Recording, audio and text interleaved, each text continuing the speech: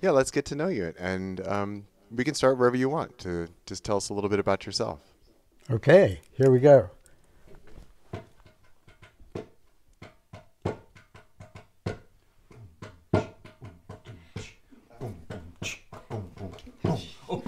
Name is J J. Friends call me Justin. Hope you like what I say. My rhymes are a bustin'. I appreciate getting your call. Pleased to meet you, Sir Martin Ball. Grew up in the Bronx. Poker's my game. Bet on the ponies. Found fortune and fame. Dropped out of college, smoking some grass. Learned that four visions just don't last. Married, had kids in the family way. Here they're doing fine, what can I say? Natural musician, I play rock and roll. I even argue it's good for the soul. Traveled with friends to many a nation, doing social work with our organization. For refugee kids, others in need, our puppet shows always smiles guaranteed. Teaching secrets of truth for a whole lot of years. See yourself as you are, embrace warm tears. My main ride's a tractor, my other's a Ford. Do construction, watch football, I don't get bored. I like what I heard of what you say. So let's go, Martin, I came to play.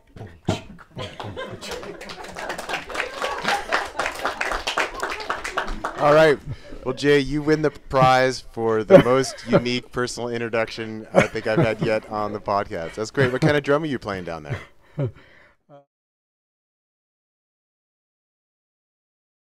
I'm really curious. So, what were the steps along in your own path? I came to recognize that the experience of being a human being, that life itself, in its simplest form, was basically untouched. The experience of being a human being, basically untouched, mostly because our frame of reference for success is not learning to tie our shoe, which is a miraculous, like Paul Simon said, thanking the Lord for my fingers when he's playing the guitar. That's not our experience.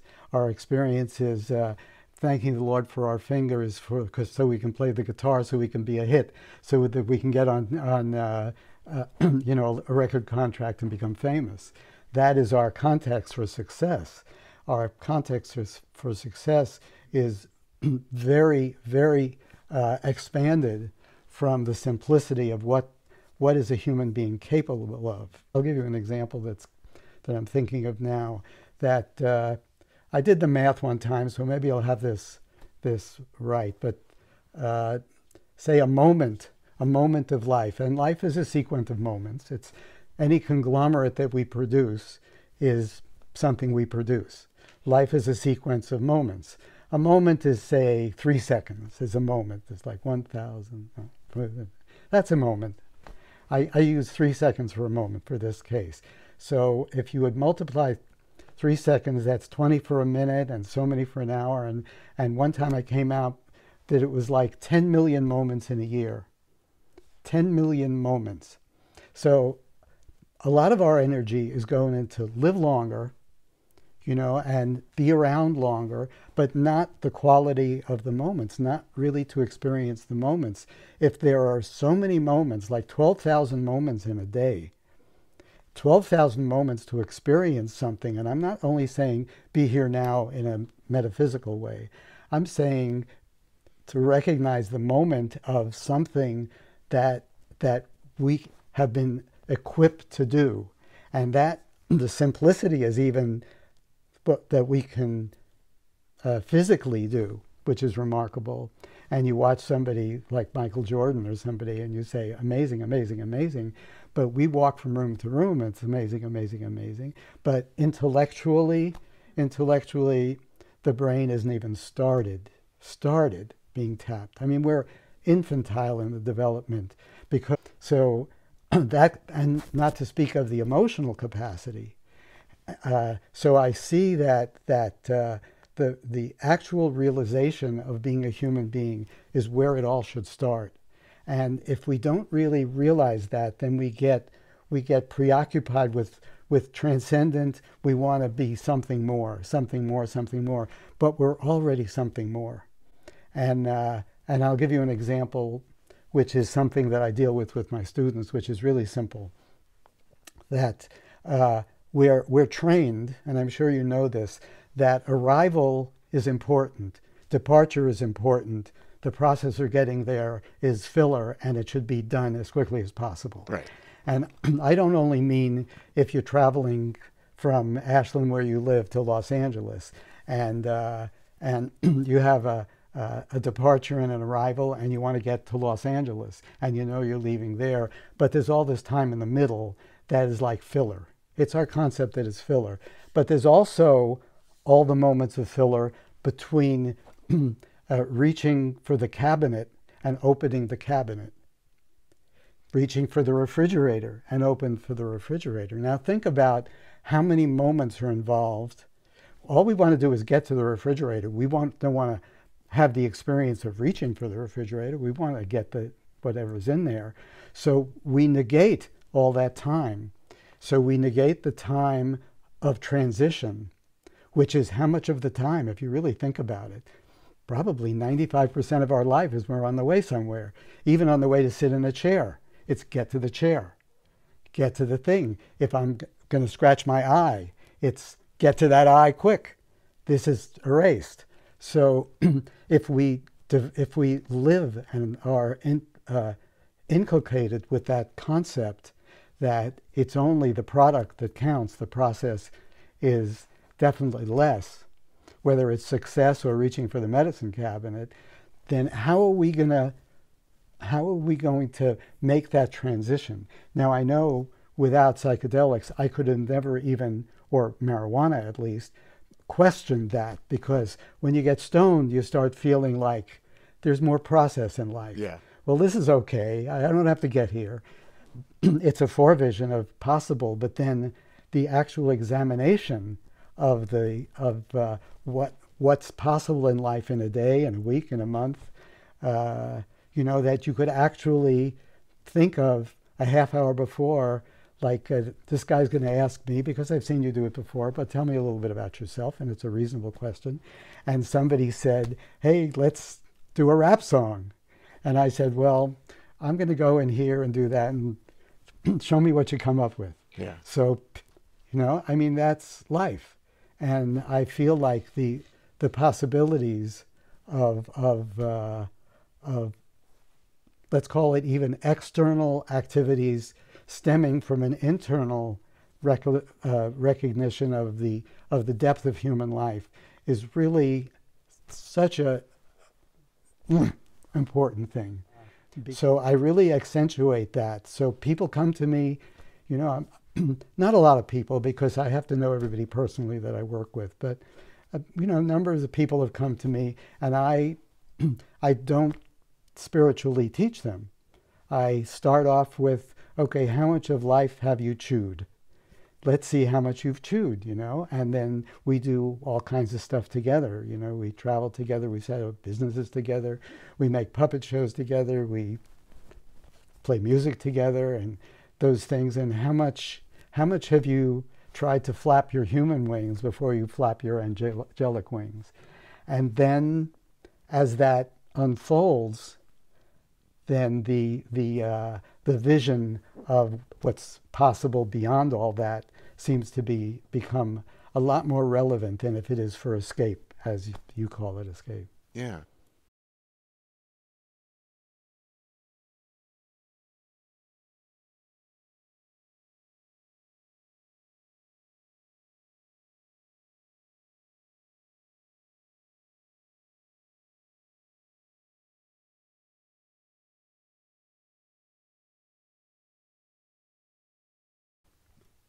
I want to know more about you.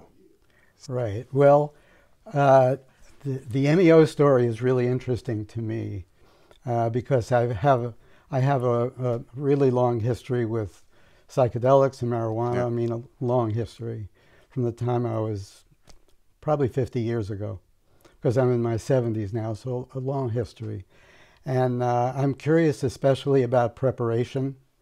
And I was interested in what you said about your preparation, which was basically a lot of what had happened you were disappointed in. And that's probably some of the best preparation that a person could get, because at that point, all your trips are going to be one-way trips, because you're not really, you don't have a whole lot to come back to. You're disappointed with the past and it was rough, whether your relationships and like that. And so I see that definitely as a preparatory possibility. I see another preparatory possibility as a person who is so filled up with life and loving it, but it gets to be repetitious, and they're doing things and it's going well and it's repetitious, and if they're honest with themselves, it's everything is a variation on the same theme. I see that as a preparation as well. Maybe not as efficient, because there could always be something that could be a new wrinkle, and some hope is still there. But so I see those two things, and I wonder very much, like with the preparation for a blast, like the MEO is a blast. It basically takes away your initiative. You don't have to be willing. You have to be willing to go with it, kind of like, I don't know if you've seen Contact, the movie Contact, where she says, I'm okay to go, I'm okay to go, I'm okay to go, which is basically the mantra you need. You got to be okay. You got to be okay to go, because, as you said, if you fight it, it's hell. So the okay to go is something that I think is in her case, it was a product of a long preparation of being a scientist and an astronomer and like that. And so I see preparation as a big part of the process. And I don't know what you see as the preparation for before the process, and I don't know what you see as preparation as post. I don't know that about you and your philosophy about the MEO story. Yeah. Well, but yeah, with 5-MeO DMT, when people ask me, what can I do to prepare for 5-MeO DMT? I tell them the number one thing you can do, and I'd be very interested to hear your thoughts on this. I say the number one thing that you can do is start really being honest with yourself at both the interior and exterior level. And that is the number one thing that you can do to help prepare yourself for any kind of psychedelic work, but in particular for 5-MeO DMT, to really practice being honest with yourself. And I tell people, don't commit yourself mentally to things that you do not know are true. Become aware of where you have beliefs. Also become aware of how you are perhaps trying to project a certain image of yourself to others that maybe is not accurate and true. Become aware of how you might be trying to box other people into projections that you might have of them that may or may not be true. And get in touch with what's in your heart and speak from that place. And that I say, is the number one preparation that you could have. And that will make it easier for when the event arises, that you have the opportunity to let go and dissolve. That's what I like to tell people. I'm curious what your response is to that. I concur 100%. The saying of it is not quite as simple as the doing of it. And being honest in a culture where dishonesty is the coin of the realm. Not so much gross dishonesty, but subtle dishonesty. Yes. Being a prisoner of unexamined concepts, being a mechanical being that basically does what one is taught. And I think the challenge to become honest, which I've taken years and methods and exposure with people to prepare, because I see that the preparation is really the preparation is 95%. The psychedelic is 5%. If you do the 95%, you can get the 5%. If you don't do the 95%, the 5% isn't going to do it for you. So it's going to do something for you. There's no question about it. But I'm very familiar with the process of preparation in terms of surrender, let's say. And let's use a simpler word, just like being okay to go. So being okay to go It could be an example of somebody putting some earphones on your head with music that you don't generally appreciate. You're an opera person, and somebody puts Led Zeppelin on your head, or you're a Led Zeppelin person and somebody puts a Vivaldi symphony on your head, and you just can't wait till it's over. And can you give into it? Yeah. You know, and there are so many experiences in life that are like that, in traveling and in working with people, that the feeling is it going to be over? Is it going to be over? And one downside I see to a 45-minute trip or a 30-minute trip is that whatever your surrender is, you do know it will be over. So your philosophy of the actuality of a one-way trip, although it will be demanded of you at the point that it hits you, your psyche will not be prepared for it because you have never done a one-way trip. Everything is a round trip in the life of a Westerner. You know, maybe someone historically 1,000 years ago knew if they went into the field and they were going to hunt for something, that they might not come back. But we always know we're going to come back. We're always coming back. Every place we go, we buy a round-trip ticket. It doesn't matter what it is. It's always a round-trip ticket. So the idea of going into a psychedelic experience, I think, takes the preparation of recognizing that it's a one-way trip. That's why I agree with the philosophy of meditation is such an uphill fight that it's exhausting. And is there some other way than to partake in that exhausting struggle? But I do see also a tremendous upside to meditation, because after a while it allows you the option of recognizing that you're going into a one-way trip.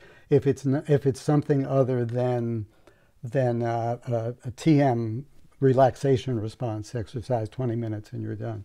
But if you really can commit yourself to, I'm going to be here, this is it, I'm closing the door, that I think that's a tremendous training ground, discipline for one-way trips.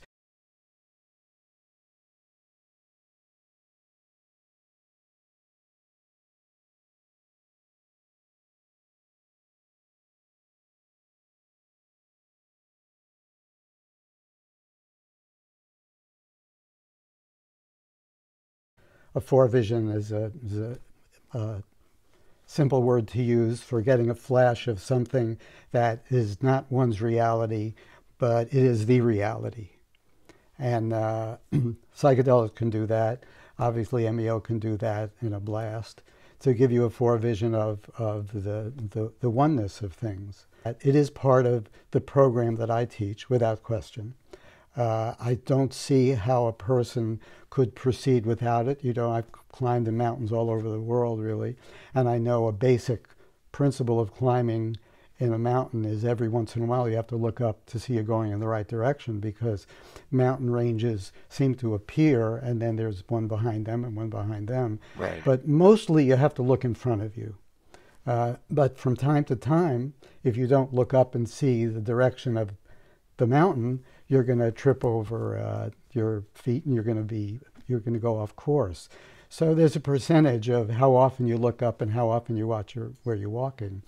And but I have no question that I'm thinking of, like, a picture I saw a few days ago was some people who live in a garbage dump. I'm sure you heard of that. There are people that live, you know, their life is picking garbage, and they live on garbage dumps. In Haiti, it happens a lot. Yeah. And if somebody happened to, I don't know if this is going to work because it's for spontaneous, but somebody happened to pick up a TV at a garbage dump and brought it home. They had never seen it before. Now they're watching TV and they're seeing the cities and the affluence and the comfort and everything like that. That person is getting a forevision of a possibility they never knew existed before.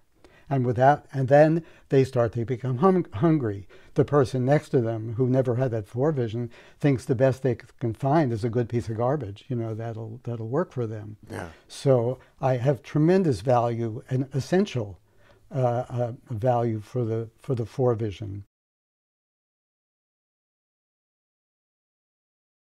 I'm quite the fan. I'm not the fan of the spiritual and religious fictions of the world, but I'm a big fan of like fantasy and science fiction works. I like it. I like to read something that the person knows that they're lying to me rather than pretending that they're telling me the truth, but it's actually a bunch of BS. I like your interpretation, your like of your appreciation of the fantasy books, because I am definitely an appreciator of a different type of fantasy book, which is basically fairy tales. Mm. And because fairy tales tell you a made-up story of things that don't exist, you know, talking monkeys or whatever, they don't exist. You don't have to think that they exist. You don't have to go through that confusion at all. That you're being told a real story. You're being told a fanciful story, but you can extract all the wisdom that you're capable of extracting from that. And if you can extract it, it's yours, because they didn't tell it to you. Yeah. They told their story and you extracted it. And stories like The Last Unicorn, I don't know if you've ever crossed paths with that. Yes. And the Narnian Chronicles are like that. And Yeah. so many other stories that allow a person to extract. I like poetry and song for that, especially, you know, Bob Dylan poetry and Leonard Cohen poetry, because in a way, there so much of it is free association and not descriptive, that you could say that you could put those words together and say, what is he saying? Because you couldn't know what he's saying, but you can say, what are you hearing? Yeah. And in my opinion, what you're hearing is the most important thing, not what he's saying is the most important thing. What he's saying is most important for him or her. What I'm hearing is most important for me. And so I appreciate your appreciation of fantasy in that way. Not that it's so much of an escape, but it's a vehicle for communication. I think it's the purest vehicle for communication, because it doesn't tell you how to. But yeah, and I see it looks like you have a couple classical guitars behind you. Yeah, we do a lot of music. We have a building that we set up as a garage. We have a garage band, I guess, and we set it up as a music studio, and we play. We get together and we play, and especially in this year, it's been a big part of my life. But I also like to play by myself. But by myself, my music is very simple, because there is, you might say, an inner sound that's very primal, and it's a sound that's in the quiet. It couldn't even be categorized as a sound, and I've recognized that external music is a reflection of that sound. Someone way back heard that internal sound and felt the vibration of it and tried to replicate it externally. And and of course, it's gotten more and more complicated, and I do electric, so I'm part of the problem. But when I sit alone by myself, I can pluck a note and pluck two notes and do that and really appreciate it, because there is something in the simplicity of a flute note. You play the flute, so you know that. Of a single flute note, which is probably the most mind-blowing sound, external sound that there is. A single vibrated flute note is the most romantic sound possible, and no electronic thing could simulate that sound. And so I like playing the flute just to make some sounds, and so we have something in common. I love for music. Yeah. And how about for yourself? Where does money fit into your world? I have, in terms of commitment, the commitment seems to be part of the program. So I haven't had to charge money for people to feel like they're getting something of value, or for them to feel committed, because the commitment of being around people and having me in that position, in the position that I'm in, the role that I play is not generally comfortable. It becomes comfortable and really a love affair after a while, but it's not comfortable to make friends with somebody who has X-ray vision. You know, it's not comfortable. Yeah. So that's a big charge. There's no money that I could charge.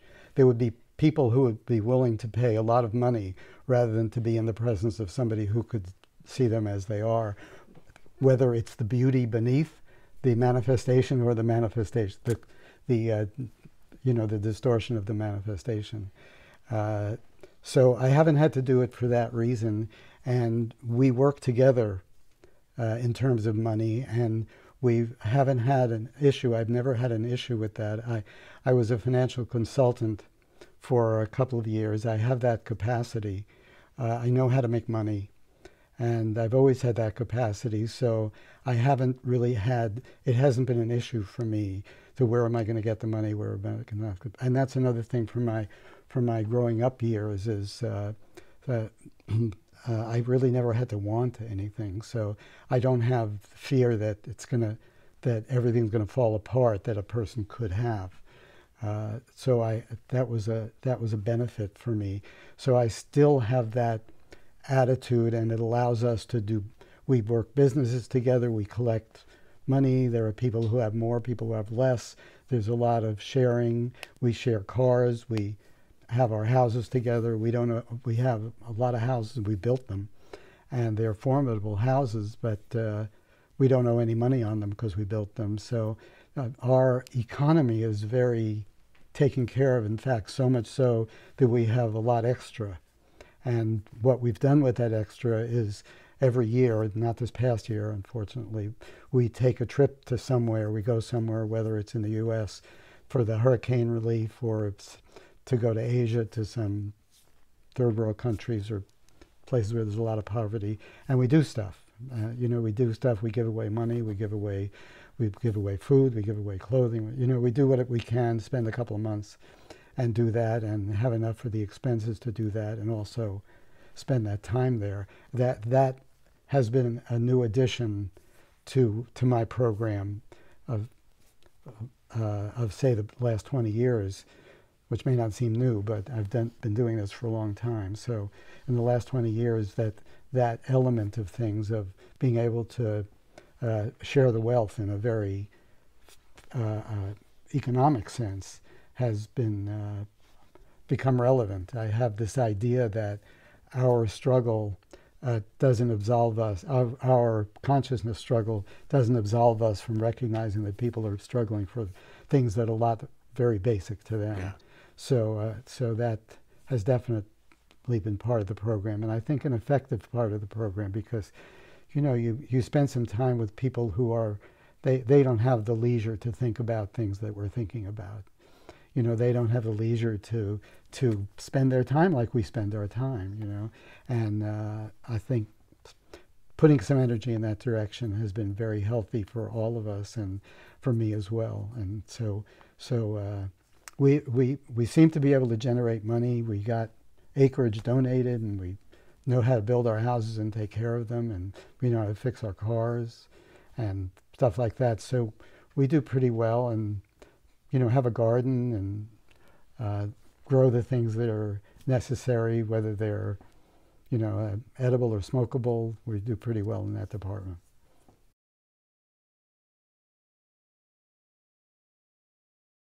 Yeah.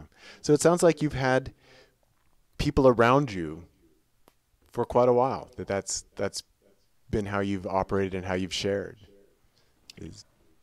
Yes, the answer to that is yes, I do. We have enough land and enough buildings here. We have a couple of 100 acres, and we have 4 or 5 houses. So it's not like we're packed together, but we do a lot of things together. And although I have as much time as I want to be alone, I have my own space and I can be alone as much as I want. A lot of our activities are together, and we come together to develop ideas, to talk about things, to explore. I'm very enthusiastic about exploring, as we're doing in this conversation, where people aren't trying to convince the other person of that I know what you know what I know, like that. The convincing is not there, and the exploration is there. That somebody can actually listen to another person and take it the next step rather than take it backwards or take it to some I that wants to make a statement or something like that. So we have a lot of practice at doing that. Then that means type succession of things, thinking about things, and so we explore together. And I have had a lot of exposure to people. I have found it to be a really valuable scenario for exploration and research and practice and development, and some tools that we use that are specifically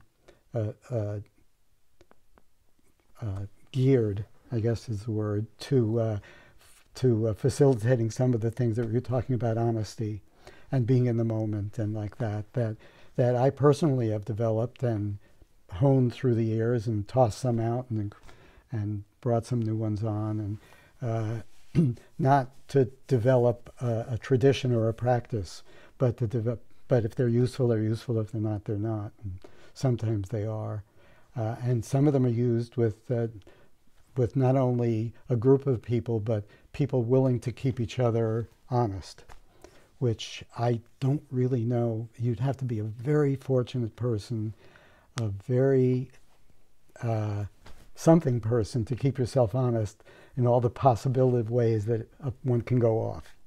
And obviously you've had some success in doing that, and I don't think I could have done it. I had a support system that I was a renegade. I was not easy at any time during the process. I made it hard on everybody. This South American connection you have, my original teacher was from very near Chile, right on the border there of Lake Titicaca, and it was a family friend, and I spent time with him, and I really gave him a tremendously hard time and was almost disrespectful in not recognizing that he understood things that I didn't, because I was so arrogant at the time. And that arrogance didn't disappear right away. It was ground down a little bit, but I clung to it for a long time. And so I needed a lot of help. I needed a lot of group support. I needed a lot of confrontation. I needed a lot of reflective surfaces to see these areas of myself that were